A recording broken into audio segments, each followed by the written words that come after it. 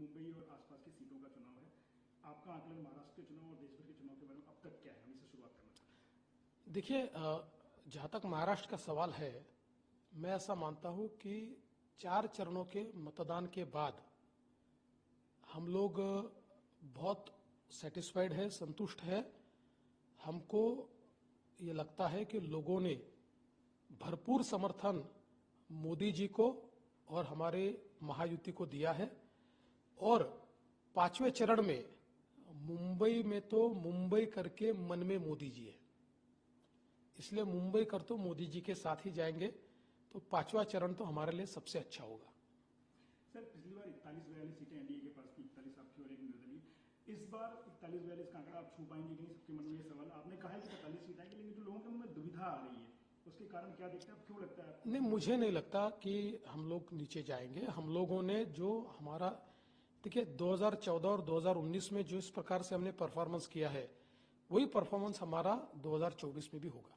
2014 और 2019 के बाद से स्थितियां काफी बदल गई, खासकर 2019 के बाद से 3 अलग अलग समीकरण राजनीति के देखे हैं महाराष्ट्र में, लेकिन कभी उसका इलेक्टोरल टेस्ट नहीं हुआ, कभी कोई चुनाव नहीं हुआ। तो लोगों के मन में एक संभ्रम है कि जो नया गठबंधन बना है, नेता साथ में आ गए, क्या उनके मतदाता भी उनके कहने पर उनके सहयोगी पार्टियों को, उनके कैंडिडेट्स को वोट करेंगे?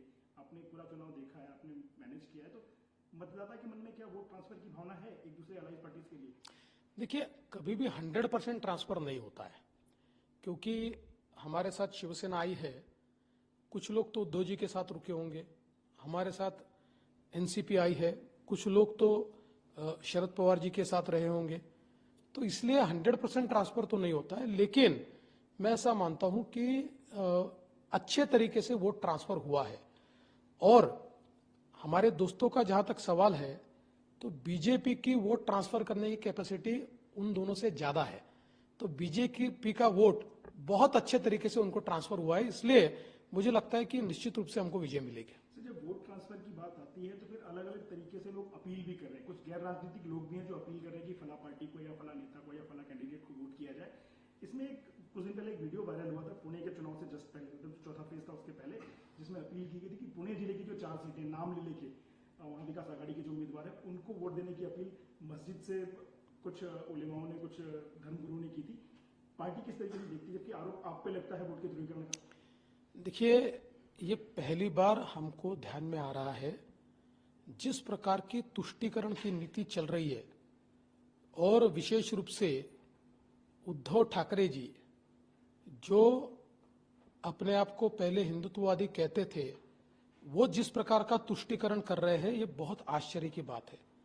देखिए, एक समय था, हमारे शिवसेना प्रमुख हिंदू हृदय सम्राट बाला साहब ठाकरे जी अपने भाषण की शुरुआत करते थे, मेरे तमाम हिंदू बहनों, भाइयों और माताओं। उद्धव ठाकरे जी भी उसी प्रकार से शुरुआत करते थे। इंडी गठबंधन की पहली सभा में सारे नेताओं ने कहा हिंदू शब्द छोड़ दो। उन्होंने हिंदू शब्द छोड़ दिया, वो हिंदू शब्द का उच्चारण नहीं करते। उसके बाद तुष्टीकरण की नीति यहां तक पहुंच गई कि अब उनकी रैलियों में अल्लाहू अकबर के नारे लगते हैं और टीपू सुल्तान जिंदाबाद के नारे लगते हैं। उससे आगे ये लोग बढ़ गए, उनकी रैली में मुंबई बम कांड का आरोपी ये उनका स्टार प्रचारक बनता है। और हद तो वो हो जाती है कि जब उद्धव ठाकरे जी की रैली में पाकिस्तान के झंडे नचाए जाते हैं, तो ये तुष्टीकरण की नीति बिल्कुल चल रही है। और अब जिस वीडियो की आपने बात कही, वोट जिहाद की बात की जा रही है, वोट जिहाद, और बकायदा तंजीम को बुलाकर और उनके सामने कहा जा रहा है जो मोदी को हरा सकता है उसको वोट दो। आप उस व्यक्ति की पार्टी मत देखो, वो मुस्लिम नहीं भी हो और सामने मुस्लिम उम्मीदवार हो तब भी उसको वोट दो, क्योंकि मोदी को हराना ये हमारी प्राथमिकता है। मोदी को हराने के लिए वोट जिहाद की बात चल रही है। मैं अपील करना चाहता हूं, अगर इस प्रकार से वोट जिहाद की बात चल रही है तो जो सारे राष्ट्रभक्त नागरिक हैं उनको मेरी अपील है, ये लोकतंत्र का यज्ञ है। लोकतंत्र के यज्ञ में अपना समर्पण दीजिए, अपनी आहुति दीजिए, और लोकतंत्र के यज्ञ में अपने वोट की आहुति देकर देश के कर्मठ और कार्यशील प्रधानमंत्री मोदी जी को चुनकर लाने के लिए आप भी ये दिखा दीजिए कि वोट जिहाद नहीं चलेगा, वोट का यज्ञ चलेगा, वोट का समर्पण चलेगा और वोट के यज्ञ में हमारी संविधा के रूप में अपने वोट का हम समर्पण करेंगे। आज मोदी जी की सभा है मुंबई में एनडीए के कैंडिडेट के समर्थन में और साथ ही आज इंडिया अलायंस की भी एक सभा बीकेसी में हो रही है, जिसके कुछ पोस्टर्स दिखे हैं जिसपे बाला साहब ठाकरे की फोटो है और नीचे हाथ के पंजे के निशान और अपील है कि कांग्रेस को वोट दें। तो बाला साहब ठाकरे के उस बयान को लोग याद कर रहे हैं सोशल मीडिया पर, बाकी जगहों पे, कि अगर कांग्रेस की तरफ मेरा पार्टी जाती है, मेरी पार्टी कांग्रेस की तरफ जाती है, मैं अपनी दुकान बंद कर दूंगा। उस पोस्टर्स को और आम आदमी हाथ के पंजे को वोट देने की जो अपील है कैसे देखते हैं आप? देखिए, जो प्रधानमंत्री जी उद्धव ठाकरे की सेना को नकली शिवसेना करे या नकली सेना करे, इसका कारण ही है उद्धव ठाकरे जी बाला साहब के संपत्ति के उत्तराधिकारी है, विचारों के उत्तराधिकारी नहीं है। क्योंकि जिस प्रकार की सारी चीजें मैंने आपके सामने रखी, ऐसा बाला साहब कभी होने नहीं देते। और बाला साहब ठाकरे ने बहुत स्पष्ट शब्दों में ये कहा था, जिस दिन कांग्रेस के साथ जाने की नौबत मेरे पास आएगी, मेरे शिवसेना की दुकान में बंद कर दूंगा, ऐसा उन्होंने कहा था। अब उनके बेटे ने कांग्रेस के साथ हाथ तो मिला लिया, पोस्टर पे पंजा। और सबसे बड़ी बात यह है कि अब उद्धव ठाकरे जी बहुत फक्र के साथ कहते कि मातोश्री के इलाके से कांग्रेस की उम्मीदवार खड़ी है, मैं उसके पंजे का बटन दबाने वाला हूं। ये बाला साहब ठाकरे जी के विचारों के उत्तराधिकारी नहीं है, ये उनके विचारों को तोड़ने वाले, ठेस पहुंचाने वाले व्यक्ति है। मातोश्री के इलाके से आपके कैंडिडेट उज्जवल निकम है, 26/11 के मामले में स्पेशल पब्लिक प्रोसिक्यूटर थे, उन्होंने कन्विक्शन भी दिलाई और एक बहुत बेदाग छवि के वकील माने जाते रहे। लेकिन उन पे जो आरोप लगाए गए कि 26/11 के असली हमलावर जो थे, साजिशकर्ता जो थे, उनके नाम उन्होंने छिपाए। अब प्रत्याशी बनने के बाद उनके ऊपर जो आरोप लगाए जा रहे हैं, कहीं ना कहीं पाकिस्तान को एक परसेप्शन बिल्डिंग में फायदा कर रहे हैं। आप कैसे देखते हैं? मुंबई में इतनी डेस्परेट कोशिश हो रही है। देखिए, मैं ऐसा मानता हूं कि ये बहुत ही ऊंची राजनीति है। 2008 की घटना है, जब मुंबई पर कसाब और 10 आतंकवादियों ने हमला किया था। 2008 से लेकर 2014 तक देश में भी और प्रदेश में भी कांग्रेस की सरकार थी। और आज चलकर चुनाव की राजनीति के लिए और वोटों के तुष्टीकरण के लिए ये लोग उज्जवल निकम जैसे व्यक्ति पर आरोप लगा रहे हैं। उज्जवल निकम उस व्यक्ति का नाम है जिसने मोदी जी की मदद से अमेरिका में जाकर डेविड हेडली की जो साक्ष्य है उसको रिकॉर्ड करके, उसको ऑनलाइन करके और उसके माध्यम से पाकिस्तान ने किस प्रकार से ये प्लॉट तैयार किया और कसाब किस प्रकार से दोषी है, ये कैसा षड्यंत्र था, इस प्रकार से पूरे पाकिस्तान को इंटरनेशनल कम्युनिटी के सामने एक्सपोज किया। हमारे कोर्ट ने निर्णय दिया, हाई कोर्ट ने उसको कायम रखा, सुप्रीम कोर्ट ने कायम रखा और कसाब को फांसी मिली। इनको चिंता हमारे शहीदों की नहीं है। जब ये ऐसी बात करते हैं तो जिन्होंने हमारे लिए शहादत दी, चाहे वो हेमंत करकरे जी हो, चाहे वो हमारे तुकाराम ओंबळे हो, चाहे हमारे कामटे जी हो, चाहे सळसकर जी हो, इन सबकी शहादत पर एक प्रश्न खड़ा करने का काम कांग्रेस कर रही है। इससे शर्मनाक बात कोई हो नहीं सकती। इस चुनाव ने स्पष्ट कर दिया है, कांग्रेस पार्टी और इंडिया अलायंस अजमल कसाब के साथ और हम लोग उज्जवल निकम के साथ। सर, एक इमोशनल कॉन्सेंट है, सारे जो मतदाता हैं उनके मन में, खास करके जो हिंदुत्ववादी राजनीति की बात करने वाले मतदाता थे जिनको आप लोग प्रभावित करते थे, शिवसेना और बीजेपी कभी उनके लिए तो अलग अलग मुंबई में कम से कम नहीं हुआ करती थी। उनके लिए एक बड़ी चुनौती है कि जब शिवसेना उद्धव बाला साहब ठाकरे पार्टी और शिवसेना एकनाथ शिंदे जी की और आप लोग आपस में एक दूसरे के खिलाफ बयानबाजी करें, तो हिंदू मतदाता जो है, जो अपने आपको हिंदू मतदाता के तौर पर आप भी उनको कहते थे और वो भी मानते थे, उनका जो इमोशनल क्वेश्चन है इस समय, जो बहुत भावनात्मक रूप से वो अपने आप को गिरा हुआ पा रहे हैं, उनके लिए क्या कहना चाहेंगे? देखिए, साफ बात यह है, उद्धव ठाकरे जी को हिंदू वोट चाहिए ही नहीं। उन्होंने यह स्पष्ट कर दिया है कि मैं केवल मुस्लिम मतों के तुष्टीकरण से चुनकर आने वाला हूं। उसी प्रकार की उनकी करतूतें आज हमको दिखाई पड़ रही है। कांग्रेस से ज्यादा तुष्टीकरण उद्धव ठाकरे जी कर रहे हैं, तो उनको कहां चिंता है। और हमारा एक बात हमारी पक्की है, हम ये मानने वाले लोग हैं justice for all, appeasement for none. हमारी जस्टिस में हिंदू भी आते हैं, मुस्लिम भी आते हैं, सिख भी आते हैं, क्रिश्चियन भी आते हैं, बौद्ध भी आते हैं, सारे लोग आते हैं। पर हम किसी की अपीजमेंट नहीं करेंगे, क्योंकि ये देश टूटा, इस देश का बंटवारा केवल अपीजमेंट के कारण हुआ है। हम दूसरा बंटवारा इस देश का नहीं होने देंगे। लेकिन वोटों के लालची फिर एक बार उसी अपीजमेंट के भरोसे इलेक्शन जीतना चाह रहे हैं, हिंदुओं के ध्यान में आ रहा है। सर, देश में राजनीति के चाणक्य अमित शाह जी कहे जाते हैं।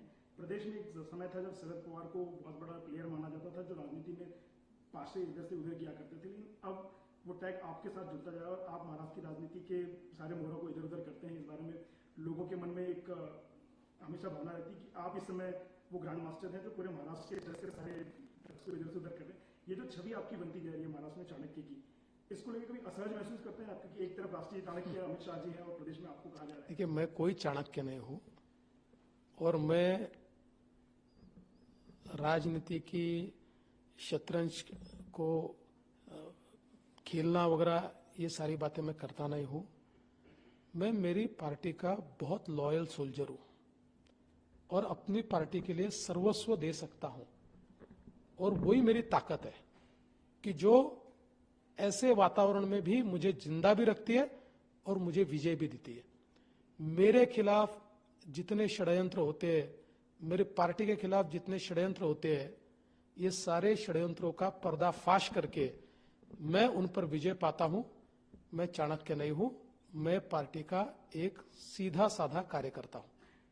जो भी लोग आपसे जुड़े रहे हैं सालों से, कई दशकों से, मुंबई के खास करके, उनके मन में एक भावना थी कि जब हिंदुत्व के नाम पे शिंदे साहब आपके साथ आ ही गए थे, भाजपा भी थी, मजबूत थे दोनों, सरकार स्थायी थी, तो ऐसे में अजीत पवार को साथ लेने की जरूरत क्या थी?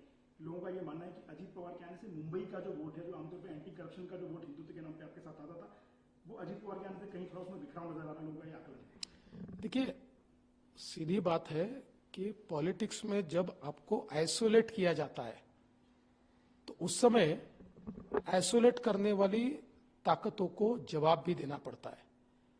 और जिस प्रकार से इंडिया अलायंस हमको आइसोलेट करने की कोशिश कर रहा था और विशेष रूप से मोदी जी को आइसोलेट करने की कोशिश कर रहा था, ऐसे समय जब एनसीपी में निजी कारणों से, पारिवारिक कारणों से टूट हुई, अजित पवार जी के ध्यान में आया कि पार्टी उनके साथ नहीं हो सकती।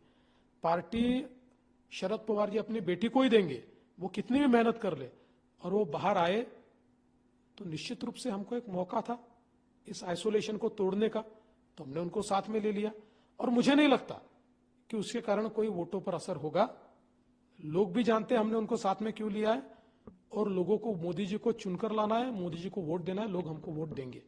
सर, आने वाले 3 दिनों में मुंबई वोट करने वाली है, तो आपको लगता है मुंबई के दिमाग में कहीं कोई संशय है गठबंधन को लेकर के, पार्टियों को लेकर के, या कैंडिडेट्स को लेकर के? कैंडिडेट चुनने में बहुत सावधानी बरती है, बहुत आखिरी समय पे कैंडिडेट्स लाए गए, काफी खींचतान देखने को मिली सीट के बंटवारे में और कैंडिडेट्स के अनाउंसमेंट में।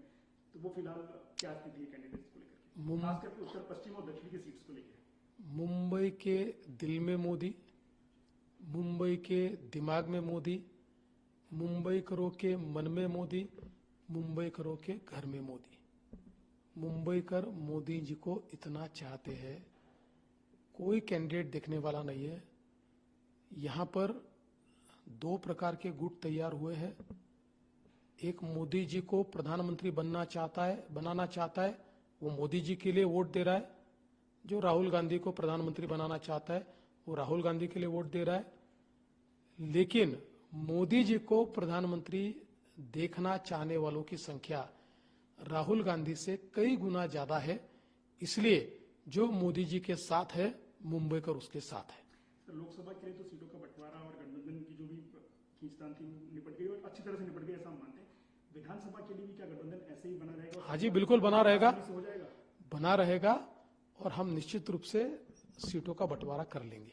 सर, एक सवाल महाराष्ट्र की राजनीति से बाहर का, चूंकि सामयिक है।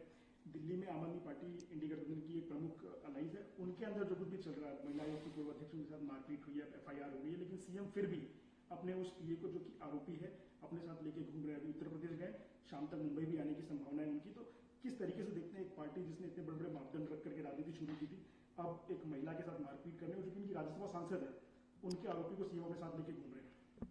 देखिए, बहुत ही सीरियस बात है। मुख्यमंत्री के निवास स्थान पर, और मेरी जानकारी जहां तक है मुख्यमंत्री निवास स्थान पर मौजूद थे, ऐसे समय उन्हीं के पार्टी के महिला सांसद के साथ उनका सबसे करीबी व्यक्ति मारपीट करे, फिजिकल एब्यूज करे, और उसके ऊपर मुख्यमंत्री मुंह भी ना खोले और इंडी गठबंधन ऐसी चुप्पी साध कर बैठ जाए।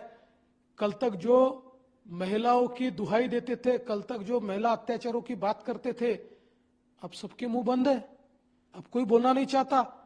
ये दोगली राजनीति है, दोगली राजनीति।